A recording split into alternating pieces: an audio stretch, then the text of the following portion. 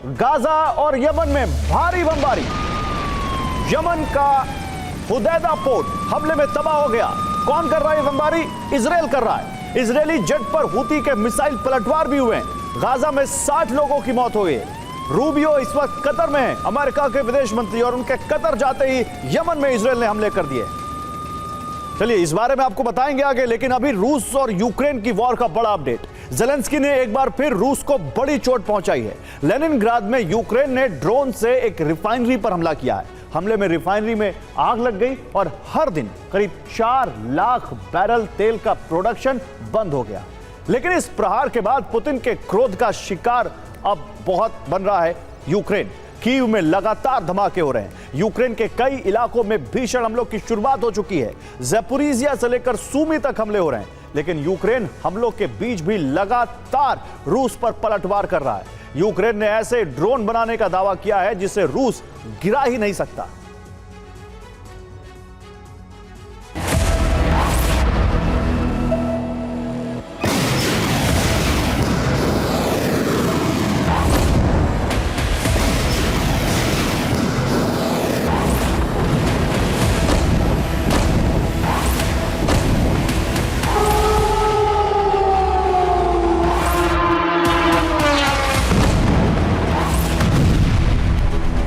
Ukraine की राजधानी Kyiv फिर दहशत में है।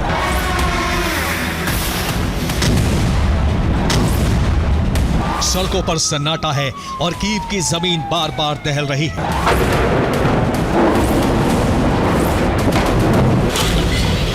कीव में कई जगहों से काला धुआं उठ रहा है और माना जा रहा है कि रूस का यह प्रहार इस्कंदर मिसाइलों से हुआ है।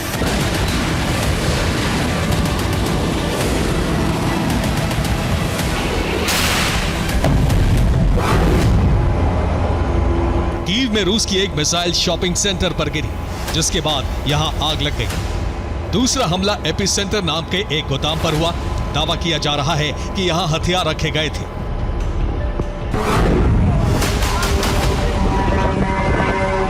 रिपोर्ट के मुताबिक रूस ने यूक्रेन से बदला लेने के लिए बड़ी तैयारी कर ली है। यूक्रेन पर मिसाइलों की बरसात हो सकती है।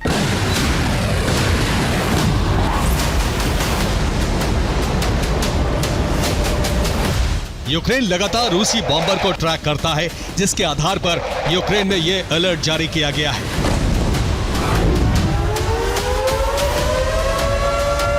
कीव में तो लोगों को सचेत कर दिया गया था, लेकिन खार्किव में रूस ने अचानक हमला किया।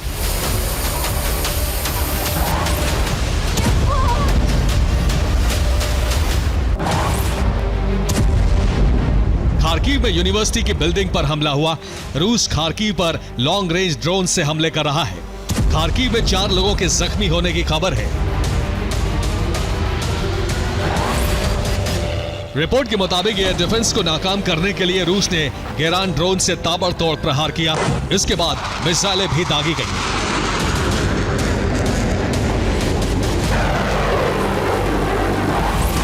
सोमवार की रात ज़ैपोरिज़िया में भी लगातार हमले होते रहे। ज़ैपोरिज़िया में एक मौत हुई है और कई लोग जख्मी हुए हैं। रूस के ड्रोन हमले में कई इमारतों में आग लग गई।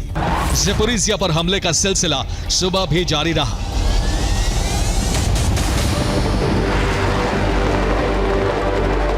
ज़ैपोरिज़िया के बड़े हिस्से पर रूस का कब्जा है और अब यहां रूसी सेना रोड बनवा रही है। रोड कंस्ट्रक्शन के दौरान यहां रूसी लड़ाकू हेलीकॉप्टर गश्त लगाते नजर आ रहे हैं।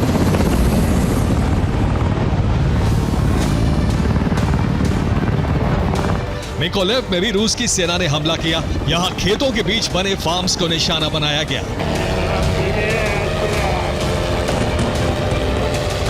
सूमी में भीषण प्रहार का सिलसिला जारी है। सूमी में बिजली सब स्टेशन को टारगेट किया गया, जिसके बाद से सूमी के कई इलाकों में बिजली गुल है।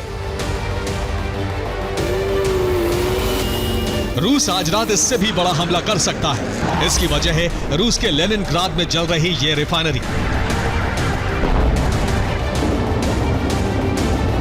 रूसी रिफाइनरी में धमाके से यूक्रेन को बहुत बड़ा नुकसान हुआ है।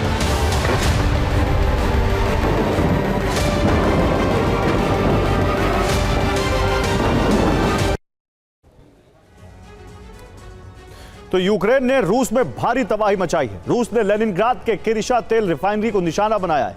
यूक्रेन ने एक बार फिर लॉन्ग रेंज ड्रोन से सटीक हमला करके अपनी ताकत का प्रदर्शन किया है। किरिशा तेल रिफाइनरी यूक्रेनी सीमा से 800 किलोमीटर दूर है और इसलिए इसे नष्ट करना एक बड़ी चुनौती थी। किरिशा तेल रिफाइनरी पर हमले से हर दिन 4 लाख बैरल तेल के प्रोडक्शन पर असर पड़ा है। हमले के बाद रिफाइनरी का एक हिस्सा बंद करना पड़ा है। रूस अब बड़े हमले की तैयारी में है। एक रिपोर्ट में दावा है कि रूस के यूक्रेन का एयरबेस से बॉम्बर्स ने टेक ऑफ किया है। रूसी बॉम्बर की नई तैनाती यूक्रेन के करीब है। रूसी बॉम्बर्स को एंगल्स एयरबेस और ओलेनिया एयरबेस पर शिफ्ट किया गया है। ये सभी बॉम्बर क्रूज मिसाइलों से लैस हैं। यूक्रेन में आज रात बड़े हमले का डर है। माना जा रहा है कि यूक्रेन में मिसाइलों से तबाही मचाकर रूस रिफाइनरी का बदला लेगा। रिपोर्ट के मुताबिक यूक्रेन पर कब्जे के लिए अब 15 दिनों का नया टारगेट सेट किया गया है।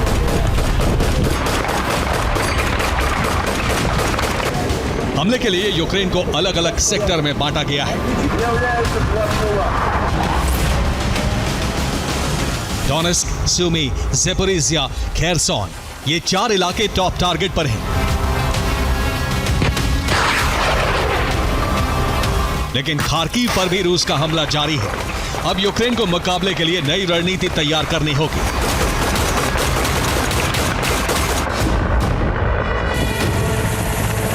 एक्सपर्ट्स के मुताबिक अगले 15 दिनों में रूस यूक्रेन के उस हिस्से को फुल कंट्रोल में लेने जा रहा है जिस पर वो क्लेम करता रहा है।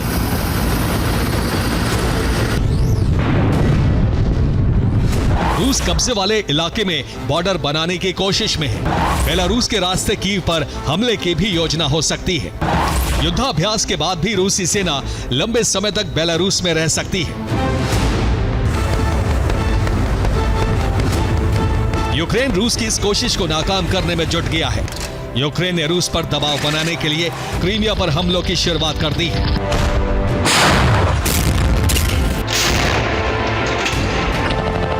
क्रीमिया पर एक साथ कई ड्रोन से हमले किए गए। क्रीमिया पर हमले के लिए नेपच्यून मिसाइलों का इस्तेमाल भी हो रहा है। कर्च ब्रिज के इलाके में भी हमले की कोशिश की गई है।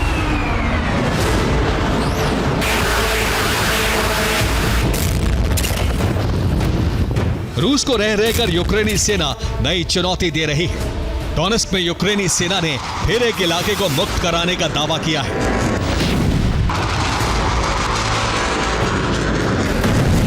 यूक्रेनी मीडिया के मुताबिक डोनेस्क में एक गांव को कब्जा मुक्त किया गया है।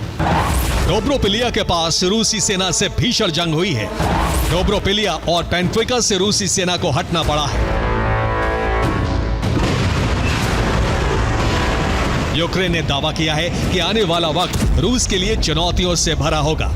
यूक्रेन ने इंटरसेप्टर ड्रोन बनाया है। इसके अलावा ऐसे ड्रोन तैयार किए गए हैं जिसका प्रहार अचूक होगा।